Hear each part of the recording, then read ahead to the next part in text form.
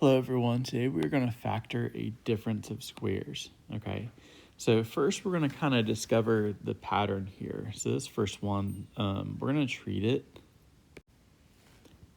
like it's x squared plus 0x minus 4, okay? Because there really is 0 x's because that term is not there. And in this case, I would look for factors of -4 that add to make 0. Okay, and we see there that -2 and +2, those two add to make 0. So my factors are going to be x minus 2 and x plus 2. So they are our factors. So let's do the same thing on this next one. So I have x squared plus 0x minus 9. Okay, so again, this time I'm looking for factors of -9 that add to make 0. So either 1 and 9 or 3 and 3. And I can do this with x minus 3 and x plus 3. So those would be my factors here. Okay, and each of these binomials are actually kind of special because what we call them is a difference of squares, because x squared is a perfect square and 9 is a perfect square, and we are subtracting those two things.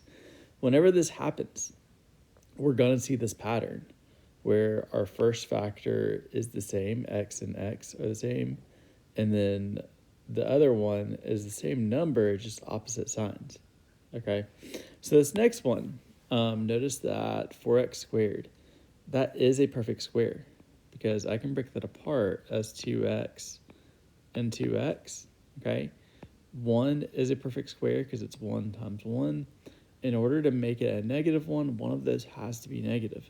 So the factors of this thing are going to be 2x minus 1 and 2x plus 1. Okay. So today what we're going to be doing is factoring polynomials with two terms. And what we want to do every time we see one of these is first we want to put it in standard form. Most of the time it's already going to be in standard form for us, but if it's not, then put it in standard form. Next thing, look for a common factor. Okay, so if there is a common factor, you always need to pull that out first. And then we're going to check to see if the polynomial is a difference of squares. So if both of my terms are perfect squares, I'm going to be able to break them apart. And this pattern is going to look like this. So if I have a x squared minus, actually a squared, x squared minus b squared, okay, this term right here would just break apart as ax and ax. This term would break apart as b and b. One of those would have to be negative.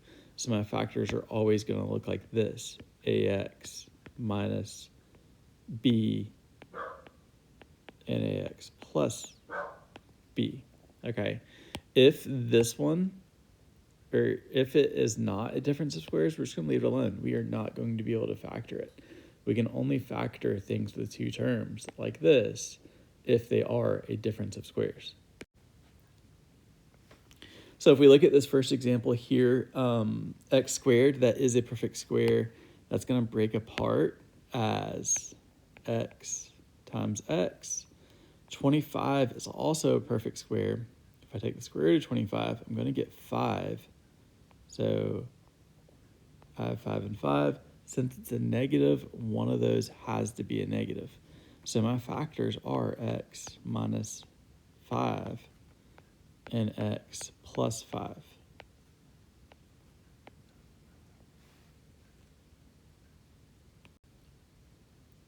Here's another one. Both of these terms are perfect squares, but since we see this right here, I cannot factor. Okay, so this one is unfactorable. And I'm just going to leave my answer right there. That is my final answer. Okay, here's another one. So first of all, this is subtraction, so it's possible I could factor it, but I do have a common factor this time. So first thing I need to do is pull that 2 out. So if I pull the 2 out, that's going to leave me with x squared minus 36. Okay, now this is a difference of squares. X squared is a perfect square, 36 is a perfect square, so it can break apart. Okay, that's going to be x times x. This will break apart as 6 times 6. One of those 6's has to be negative in order to multiply to make a negative 36. So my factors are x minus 6 and x plus 6. Okay, this 2 will just come down. Okay, and those are our factors. Okay, here's another one, 4x squared.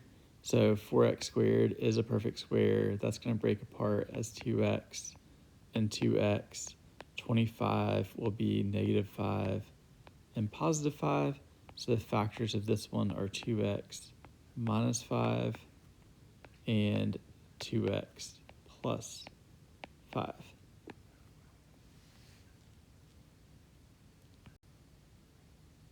Okay, this one's a little bit different because we have x to the 4th power, okay? But if you have a variable with an even numbered exponent, then it actually is a perfect square. So for example, let me just go over here. If I have x to the 4th, that's going to break apart as x squared and x squared, okay? Another example, if I have x to the 6th power, that would actually break apart as x cubed and x cubed. So x to the 6th power is also a perfect square. Okay, if I have x to the 24th power, that would actually break apart as x to the 12th and x raised to the 12th power. Okay, so any variable raised to an even exponent is a perfect square. Okay, so now back to our problem.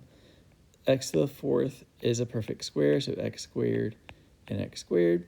81 is going to break apart as 9 times 9. One of those 9's must be negative. Okay, so I'm going to have x squared minus 9, x squared plus 9. Okay, I'm actually not done here. This right here is still a difference of squares. Okay, so this one is actually going to break apart a little bit more. That's going to be x times x. That breaks apart as 3 times 3. One of those is negative. Okay, so I have x minus 3, x plus 3, and then this factor will come down, x squared plus 9. That one cannot be broken apart because it is not a difference of squares. So we have to leave it alone. Okay, so those would be all of our factors here. Okay, here's another example. So this one, I don't have a common factor, but what I can do is I can break each of these apart. That's 3x squared and 3x squared. Okay, this one's also a perfect square. I have 10 y to the 6th and 10 y to the 6th. One of those must be negative.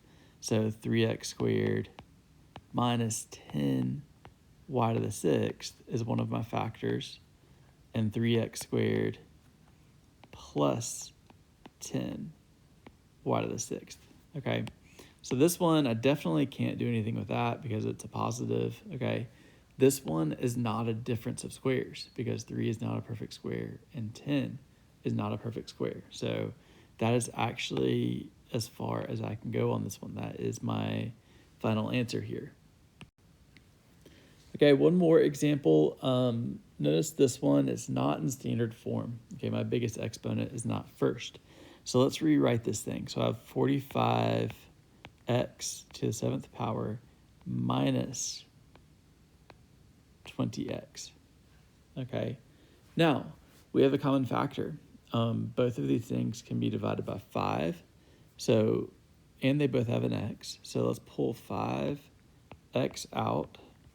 And that's going to leave me with 9x to the 6th minus 4.